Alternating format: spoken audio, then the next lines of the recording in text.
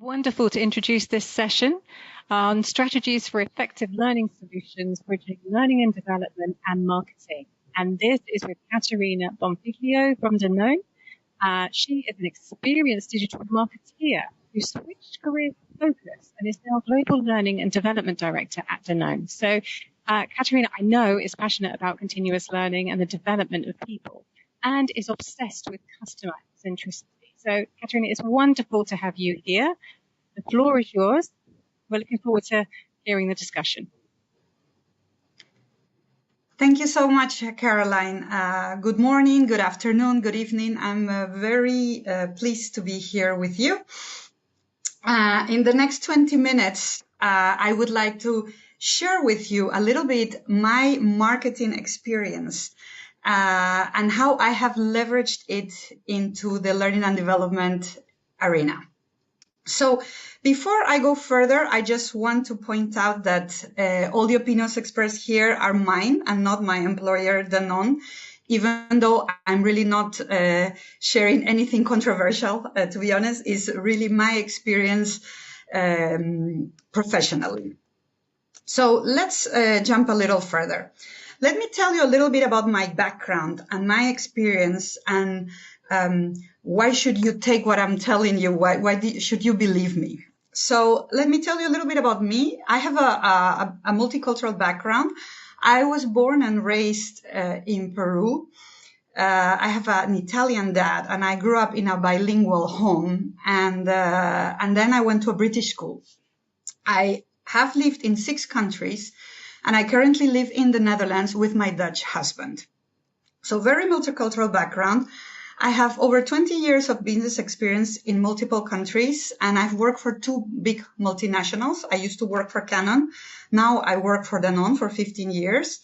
Very business-oriented marketing background, and I have 15 years of digital marketing experience. I was doing digital marketing in the time when I had to fight with brand managers to give me their TV budget so that we could put it online. So you can imagine, we're talking how long ago we were talking about that. I've always had a big passion for learning. I was a trainer when I was back at university. I was part of this International Student Association. And I've always been passionate about learning and development. So I switched focus. I did start my career in learning and development, and then I switched to marketing, where I stayed most of the time. And for a little over 6 years now, I'm fully dedicated to learning and development. I am part of the Danone Academy of Danone. So with this, let's jump ahead. So what is marketing? And I wish I had more time and I could see what I would have asked the questions. But many times people who don't have marketing experience immediately jump into marketing is the advertising part, is convincing people to buy things. That's what people by default say. I have some words for you there about what marketing is. Marketing is, we need to understand what customer wants. We need to create products, services. We need to fulfill a need, and we need to effectively communicate and deliver these offerings so that we can build long-lasting relationships and that we can drive success. So it's a little more complex than what we think. What is marketing? People say, is it an art? Is it a science? It's a little bit of both, I would believe. And as a marketer, you need multiple skills and tools to allow you to do this. So we start with marketing. Caroline and I told you that I switched to learning and development. So let's step back and say, what is it that we want to achieve when we want to deliver a learning solution? So, and I said I need to step back a little bit because I believe that sometimes, and this is what I experience currently, people from the business come to the learning team and say, we need a learning solution. They don't tell you what the problem is. They are already coming with the solution, and they've already decided that it's a training that they need, that it's an e-learning that they need. I believe that back in my days of digital marketing, there were the exciting, sexy things that people wanted. We want an app We want a Facebook page. Why? Because the competition have a Facebook page and they believe that the Facebook page was going to fix everything. Nowadays, many people in the business think that e-learning is like a magic wand that is going to ensure that everything works fine. And if I want to point into this slide, look at the bottom when I put there behavioral change. Let's remember that when we want people to follow a training, when we want people to learn something, we are actually looking into people doing something differently. We want them to learn something that they didn't know so that they could do something differently. We need to bring awareness. We need to teach them a new tool. So this is the behavioral change that we need to pursue.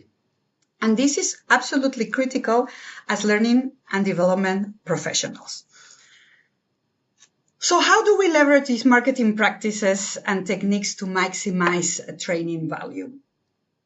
When I switched roles, it was around COVID time. Around COVID time, suddenly we couldn't do face-to-face trainings. At Danone, we had recently launched our new learning experience platform, so we switched towards e-learning, virtual. So definitely my skills as a digital marketer came very handy.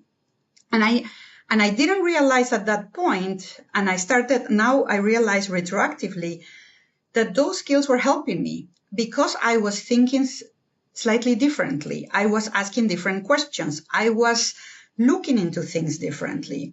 So what I have put here together for you is those things that become and feel rather obvious for me because of the experience that I had, because of how I was formed as a digital marketer helped me there. I try to do a little framework, some tips for you on how can we gather and gain some of these marketing tips that can help in learning and development. So I have 5 lessons from marketing and 1 extra critical tip, which I will share with you after I've gone through these 5 points. Understanding the audience, number 1, creating compelling content, engaging learners, promoting learning programs, and measuring success.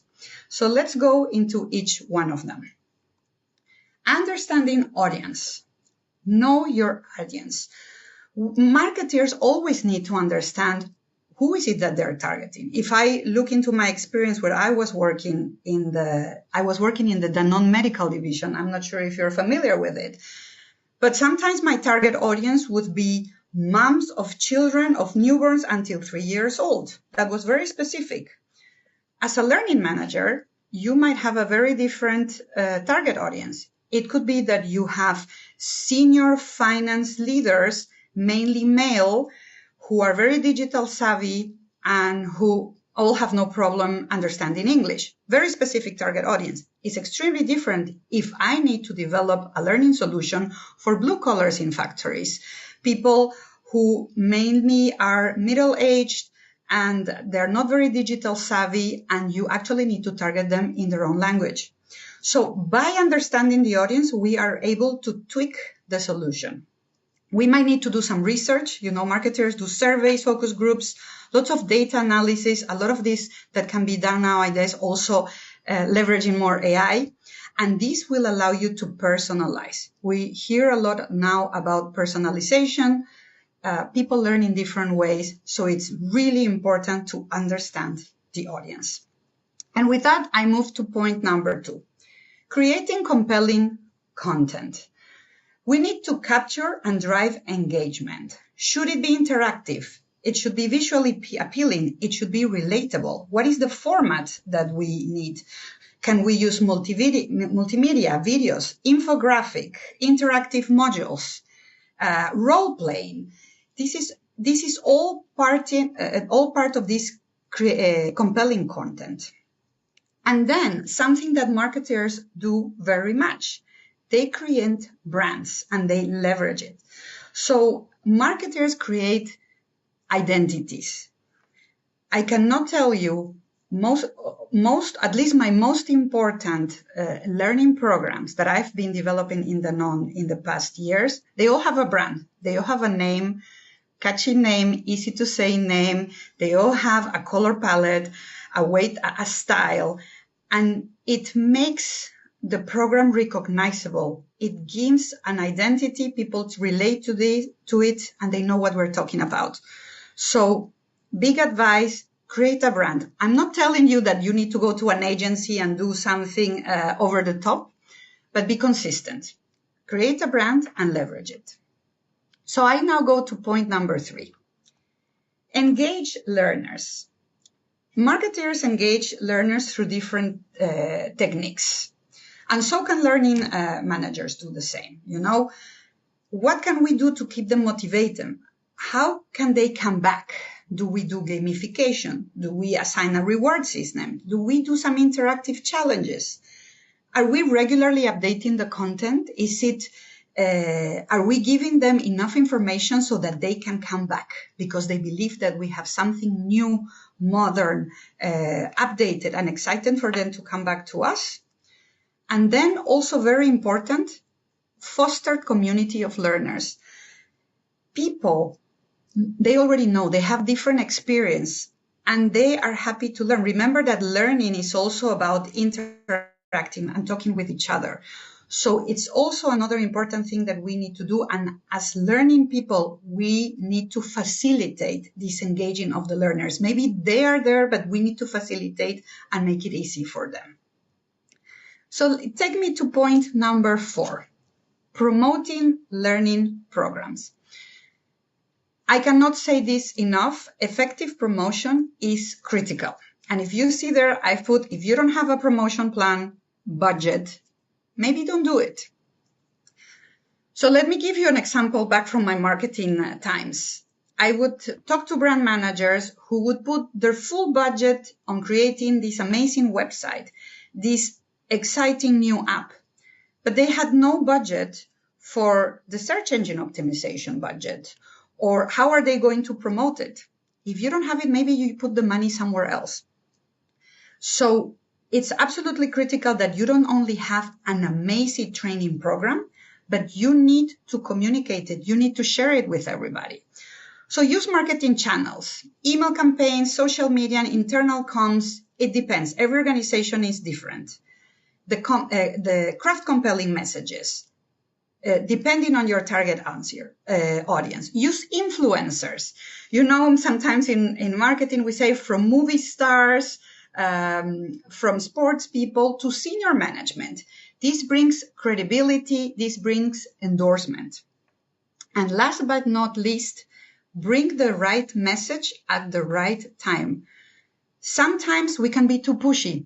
People might not be ready to do what you want them to do at that time. We need to go slowly.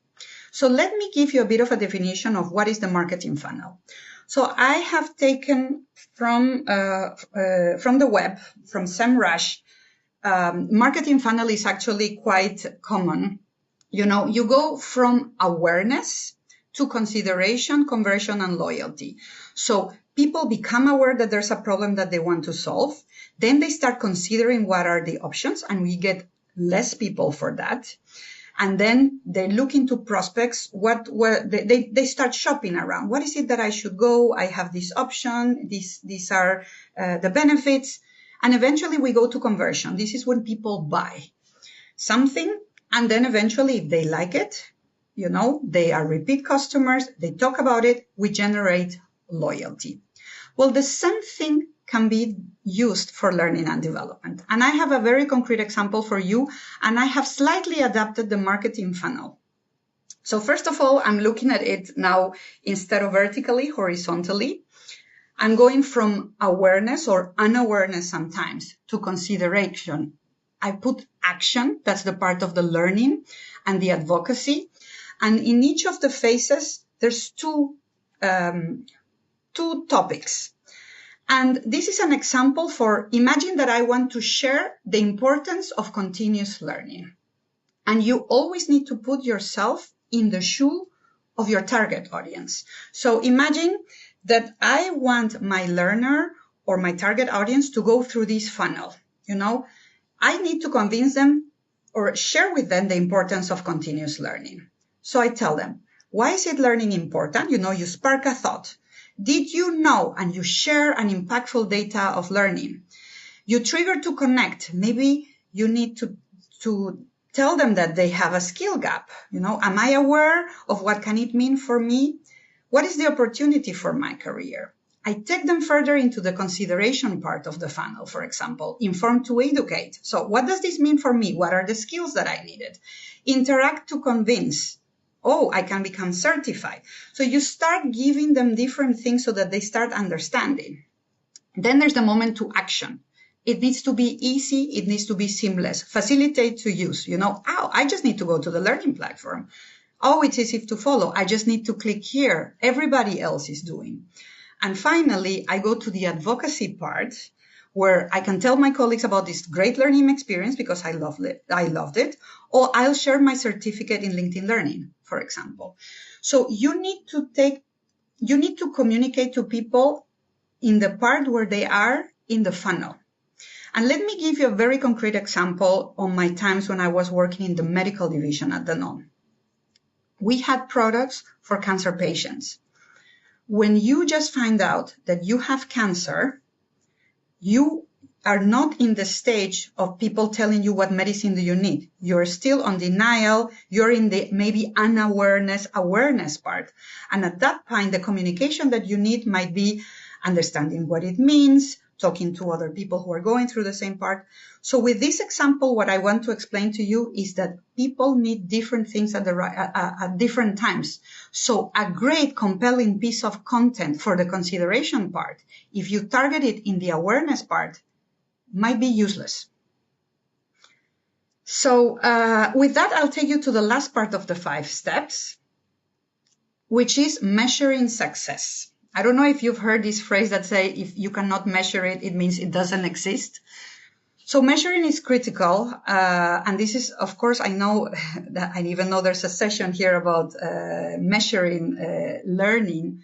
But, marketers have been measuring things for years. They used to measure from frequency, TV campaigns, ad recalls, sales lift. What is the brand awareness? So now, as learning people, what we need to do is, what is the satisfaction? But going even beyond knowledge retention, skills application, career advancement. Otherwise, you don't know whether you're successful or not. And another important thing is when you talk to your stakeholders, when they come with their problem, when they come with their solution telling you that you need some learning and you challenge them back and try to understand what they're trying to achieve, that is exactly the time where you can set up what are the KPIs that are going to help you measure. Because another important thing, learning is a tool. Remember that it goes hand in hand with change management. If you want people to start using a new tool and you're going to train them on using the new tool, are there mechanisms in the business so that people are encouraged to use the new tool, for example? Don't forget that. As I said before, learning is not a magic wand. It's support. It helps. So with this, I've taken you through the 5 lessons from marketing, and I told you that I had one extra tip. It's all about customer centricity. Really is truly understanding what the customer needs. In this help, what does your learning need? What do they want? What do they need? Do some market research, giving them what is important to them. I show you the funnel. Put yourself in their shoes. Start in first person to see, I need this. When you act in a customer-centric way, you are much closer to achieving your goals. And then linked to the customer centricity, we have user experience. User experience is critical because you go through the whole user journey, and ideally you find a seamless user journey. What is also important for you to understand is that the benchmark for our learners is very high, because the benchmark is not what is happening within your organization. The benchmark is what they are dealing on a daily basis. So user experience. Apple has an amazing user experience. It's intuitive. You get a new phone, you go around, you click around. You don't necessarily need to read the manual, to use the manual. People know. So when you give a learning solution, it needs to be seamless. And you have to remember that you are competing with the highest quality, and otherwise you're going to have very frustrated learners, and that's going to be a big barrier for learning. So this is a bit what I have put together to share with you. I try to make it as structured as possible. And I want to leave you with one quote. Marketing is too important to be left just to the marketing department. I think it became very obvious when I made this shift, when I moved from marketing to learning and development to human resources. And I realized that we all have a little marketing to do in order to be able to achieve better results. Thank you so much for listening, and I'm very happy to take your questions now. Katerina, thank you so very much. That's a very, very insightful presentation, and also just hearing about your personal experience in the switch of the career and the perspective you bring was very, very insightful to us. So we have some questions. So we have a question from Cody, actually, which is probably on a lot of people's minds. In learning and development, we talk about staying ahead of learning gaps and being proactive. Unfortunately, business needs often force us to be reactive and in firefight mode. How can we apply your strategies when our timelines are tight and we don't have runway to plan ahead? I think one of the biggest things that I do is we need to challenge our as stakeholders and ask a lot of questions. One of the biggest things that I've learned is never go back and say no. You need to ask people, okay, what is it that you want to achieve? How can I help you to achieve it? And you would be surprised when you are asking the questions and you start getting the answers, how things shift a little bit. I do realize that the timelines are very short, but it doesn't mean that you cannot have time to think about a campaign, go beyond, because if you just put together some training and you don't promote it, you don't encourage it, you don't have a full campaign behind it, you're definitely not going to achieve your numbers, and your stakeholders are not going to be happy because you're going to have an amazing training program that nobody's is following. Thank you, Katerina. And we have another question from Adrian. When are the times that it's more important to use this approach than perhaps other times? So are there particular times that it's more important to use this approach as you're configuring learning journeys and promoting them? I'm not so sure I understand the question. I think, let me see if I can phrase it. I think we have different learning programs and different learning objectives. Sometimes we have these massive ones and then we have the smaller ones. I would say when you have a big business need that requires a big learning program, you will need more time. You need to go through all the steps in order to truly be successful. It doesn't mean that you're not going to achieve it, but if you go through all the steps, the success is more guaranteed because you are not losing everything. If you have smaller needs, smaller populations, then maybe you can skip a couple of things, or you need to focus on more. I don't know if I'm answering well, no, it's all very helpful. And again, it's a discussion. So one of the other ways of looking at this is, when have you seen this at its most effective? So have there been specific times when this has been very effective? And have there been times when it's not quite been as effective as you would have liked it to have been?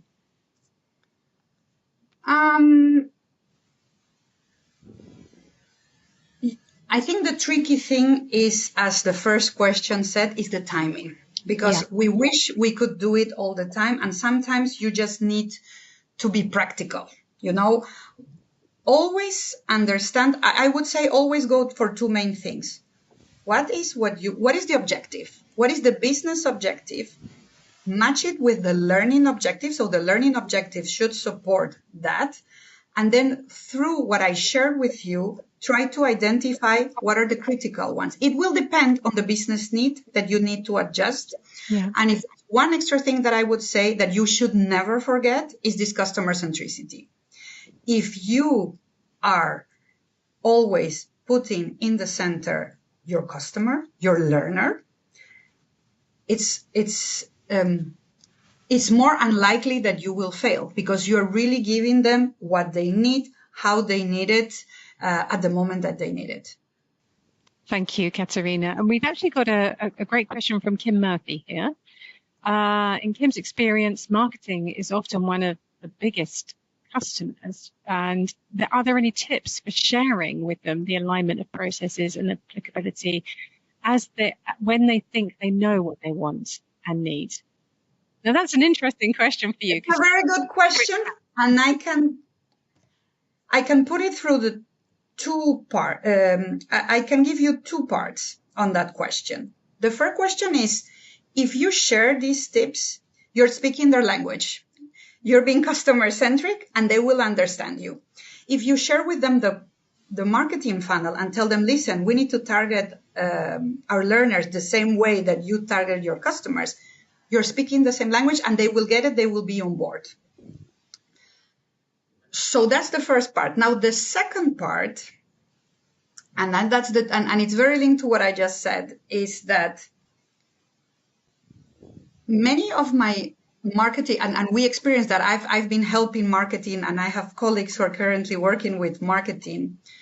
A lot of times, marketers think they know everything, and you know, when I deal with my colleagues from IT and data, when I deal with my colleagues from operations, they tell me, you know, you're the expert. You tell me, we'll follow up. Marketers tend to think they know everything because I believe marketing, as I said earlier, is a bit of everything, and people are ready to be very practical and learn new things. So the tricky bit there when dealing with marketers is setting clear roles and responsibilities and saying, you in this case, you're the subject matter expert. You bring the expertise. I bring the learning expertise.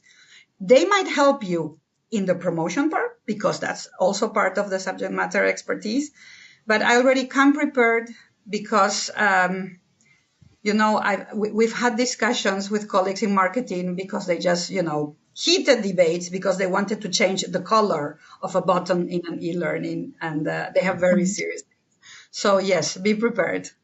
No, thank you so much. And obviously with accessibility guidelines and advice as well, it's a lot more of a conversation, of course, that needs to go deeper. Thank you, Katerina. And we have a great question from Jason, actually. He's sharing with us, he's found that those least likely to engage in a broader initiative are the senior leaders. Do you have any best practices to help with this? I have to say that since I've joined the Danone Academy, our senior leaders are very much on board. I have seen a big shift in the organization from them. So, like concrete tips, I would say I would go back to what I said before. In the end, senior leaders are very busy into trying to achieve business objectives. So if you clearly demonstrate that your learning offer is going to support them to achieve this, you will have them on board because they will see the real value. But I want to highlight again that we cannot, just like we say, we don't want them to think that it's like a magic wand, that everything is done through learning.